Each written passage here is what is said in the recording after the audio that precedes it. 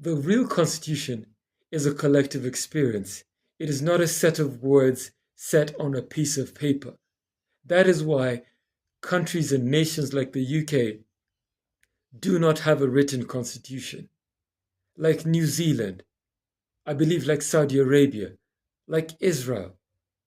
On the converse, you have countries and nations like South Africa, like the United States, like Canada, who do have written constitutions.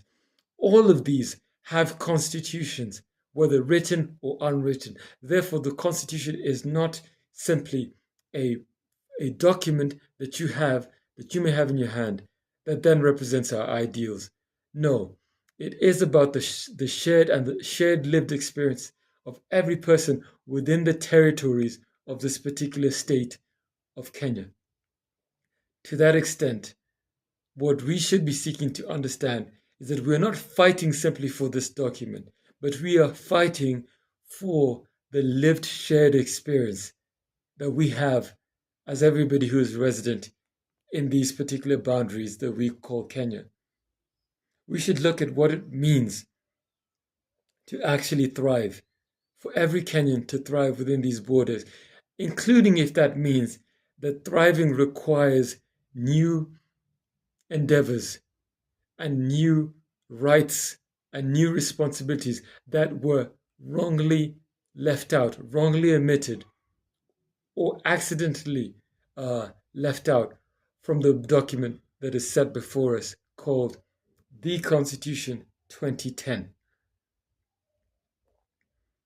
I think to that extent, the question of constitutionalism is a perpetual question. It is a question that we must ask ourselves every single day of our lives for as long as we live within these boundaries. That question is, are we satisfied with the shared lived experience that we have as citizens and residents within these borders? Are we happy with the extent of prosperity that is possible for us and for all of our neighbors? Or is there something else that we want to do about it? That is a fundamental constitutional question.